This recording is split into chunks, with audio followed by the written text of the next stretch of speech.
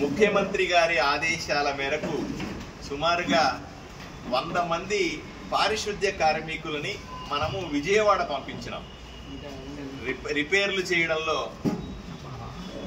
కానీ లేదా ఇళ్లను బురదను క్లీన్ చేయడం విషయంలో కానీ రోడ్లను మరమ్మతు చేసే విషయంలో 150 మంది దాకా పోయినారని సమాచారం ఇస్తా ఉన్నారు.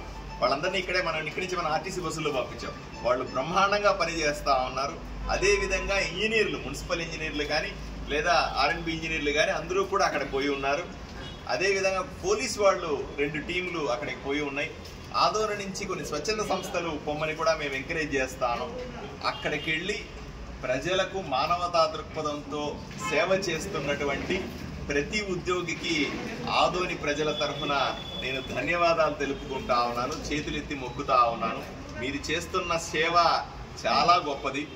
ఆదోని పేరు నిలబెట్టేలాగా, ఆదోని పరువు ప్రతిష్టలు కాపాడేలాగా, ఆదోని ప్రజలు ఎంతో పెద్ద హృదయంతో ఉన్నవాళ్ళు, ఆదోని ప్రజలు సేవా దృక్పథం చాలా గొప్పది అని చెప్పే విధంగా మీరు అక్కడ పనిచేసే విధానం మా అందరికీ గర్వకారణం, మమ్మల్ని తలెత్తుకుని తిరిగేలాగా చేస్తుంది. మీరు వచ్చిన వెంటనే మీ అందరికీ సన్మానాలను ఏర్పాటు చేసి ఊరి తరఫున మీ కృతజ్ఞతలు తెలిపే కార్యక్రమాన్ని కూడా చేస్తాను.